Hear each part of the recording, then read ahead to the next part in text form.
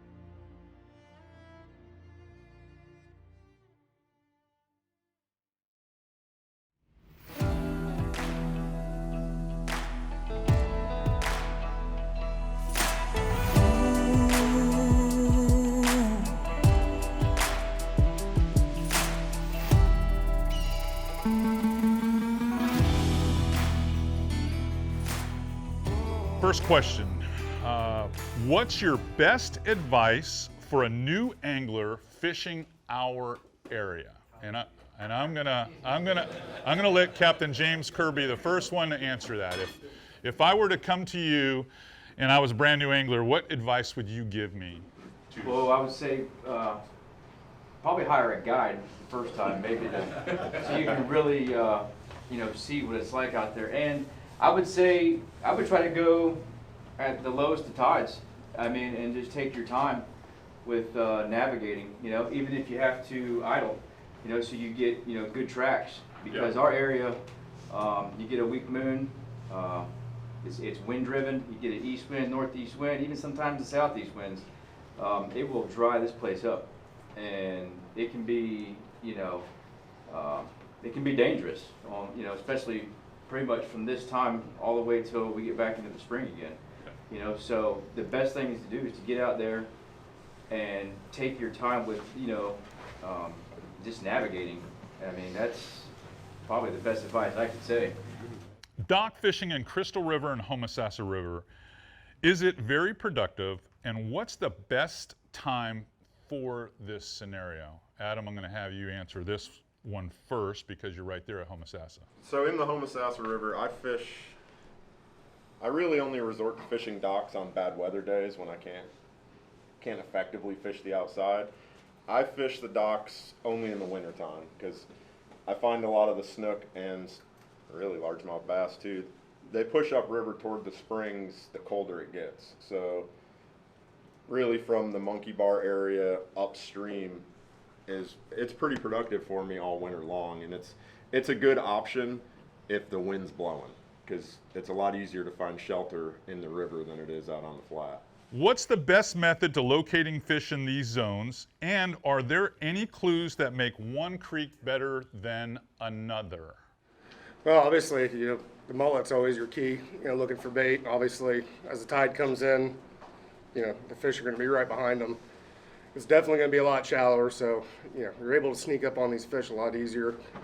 I kind of like looking for the creeks that have divots and little potholes in them, and that's usually going to be, the best that I see that I do. Okay, JC, I'm going to have you answer that same question because I know you're a creek guy too.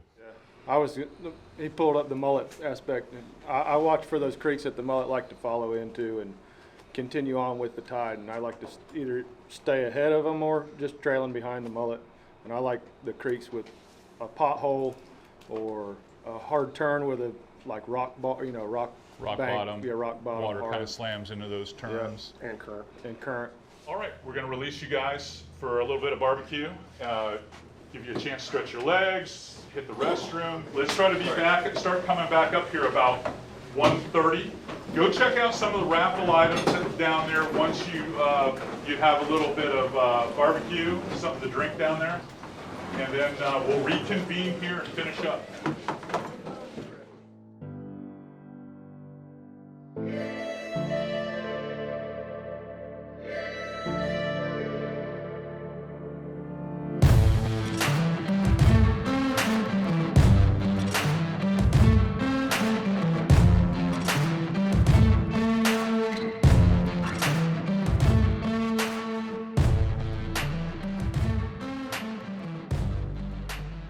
First question back.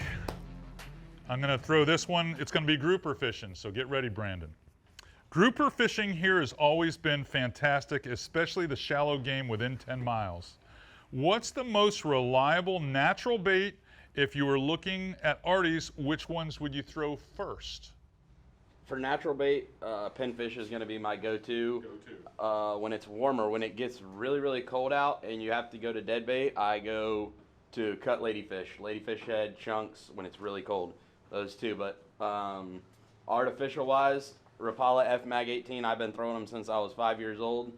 They do a variety of colors, and they're just a really good bait. And then in the last couple years, the Nomad DTX 145 from basically 8 feet to 15 feet is the best shallow water grouper plug there is. I've fished with basically all of them. They hold up really well, and they catch a pile of fish. All right, good stuff, good stuff. All right, here's another tough question. So get ready, JC. Every angler seems to believe that the full moon and the following day or two makes fishing challenging. What do you think? Does it affect the bite? Yes, but there'll be certain times of the day where it'll start and they'll get going again. Yeah, I mean, they gotta eat. They gotta eat. You're right. Yep, they gotta eat. Jeremiah, what do you think? What was the You are back in high school, aren't you? On the full moon, I really like to fish up to the full moon. You know, then the next day, it kind of seems like to me, they kind of don't chew as much. A couple days afterwards, it gets better and better. But I do like it because the tides are better and get further back. You know, if it's cold, obviously they get lower and they get trapped in holes. But wintertime, those big moons help you out a lot because you can get a lot further back and do a lot of different things. So. All right, here's a question I was actually asked earlier. Do any of you utilize a Tide app on your phone that you rely on and you find very useful? Because that's a question I get all the time. It's like, how do you figure out these tides here? They change. They're just tough to figure out. Have you figured one out, Brandon? I use the one on my Simrad. I mean, it seems to be pretty accurate. That's the one I use all the time. I don't look at any other. I look at my Simrad and that's it. That's it. Yep. James? I have one. I'm like Brandon. The Simrads are pretty spot on, but I use one called iTides. And what I've done is every tide that it says, like for today, high tide it says is at 2:10. I add about 30 to 45 minutes to it, and that seems to be pretty accurate. If I don't have my Simrad up to where I can look at, but usually when I'm heading in after my trip, I plan for the next day and I look at it, and that Simrad is pretty spot on. I thank all of you because the real reason, other than you guys coming away with some tangible information that you can take to the water and catch fish and have a better understanding, and you guys have gotten to get to know some of the best guides in the region that donated their time today, and they shared a lot of stuff. I didn't know they'd give this much stuff away because this is their livelihood doing this stuff. So these guys gave away a lot of information, but you guys just in the room buying the ticket made us $5,000 toward Hurricane Ian relief, and I guarantee you by the end of the day we're going to be fourfold that better when we go downstairs and find out later. So I've got some raffle items here. I thank all of you. Give the guides a big round of applause. Those guys did a great job. All right, we're about to announce how much we raised for this event. Now, I only anticipated doing this on 1 week's notice, try to raise somewhere between $5,000 and $10,000. We raised $17,025 thanks to all of you. $17,025 is going to the First Lady of the state, Casey DeSantis, her Florida disasterfund.org. That fund has reached or eclipsed over $40 million now, where that hurricane victims from Ian will not have to jump through a bunch of hoops and red tape to be able to get emergency assistance funds. So this was a big win for us. I appreciate all of you guys for coming this afternoon and listening to the Meet the Pros Fishing School. It was an amazing event on such short notice to be able to get this immediate monies to these folks. I promise you, we're not going to forget them. We're going to do some other events between now and the end of the year. We're probably going to do a holiday event, and we're thinking about doing an event for some of the guides there with Captains for Clean Water. So stay engaged to our social media and into Sodium, and you'll realize how much further we're going to go. Big round of applause for both Casey and Katie Damron. I told the class inside, these folks here, they never want to accept anything from anyone, but they do so much for our community. And it was a big day for me when I expressed to Casey I wanted to do something. He was on board for it. He got this tent. He got Jason Council out here from Oscar Pens with the barbecue, and he rallied his troops, and we were able to pull this off on such short notice. So amazing amount of teamwork. Seabass, the whole team, Gavin, everybody. You guys have done an amazing job for us, young people, doing good civic-minded stuff. And appreciate all the support from the guides who gave up their day on the water. A lot of you guys are giving up your time.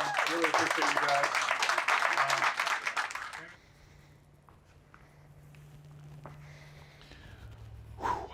A lot of work went into today, and you wouldn't think that for something that we put together in just 1 week.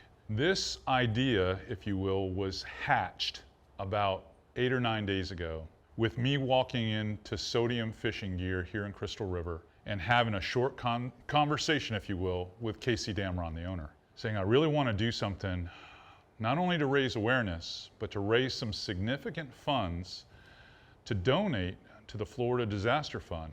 He said, what do you have in mind? I said, well, it makes sense for me to do something educational, but I put these schools on all the time, and it takes time to promote them, to get people involved.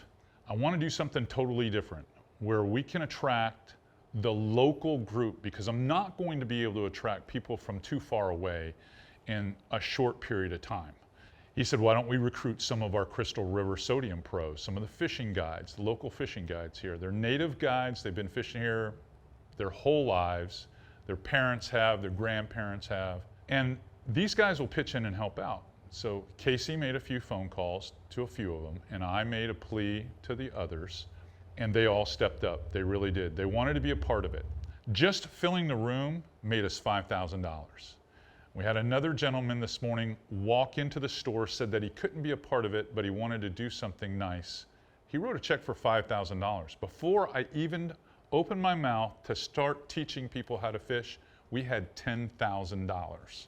And by the end of the day, between the raffle and one more generous donor that walked up because he wanted to make sure that we were going to be at $20,000, he put the rest of the money in, almost $3,000. So we went from $17,025 to $20,000.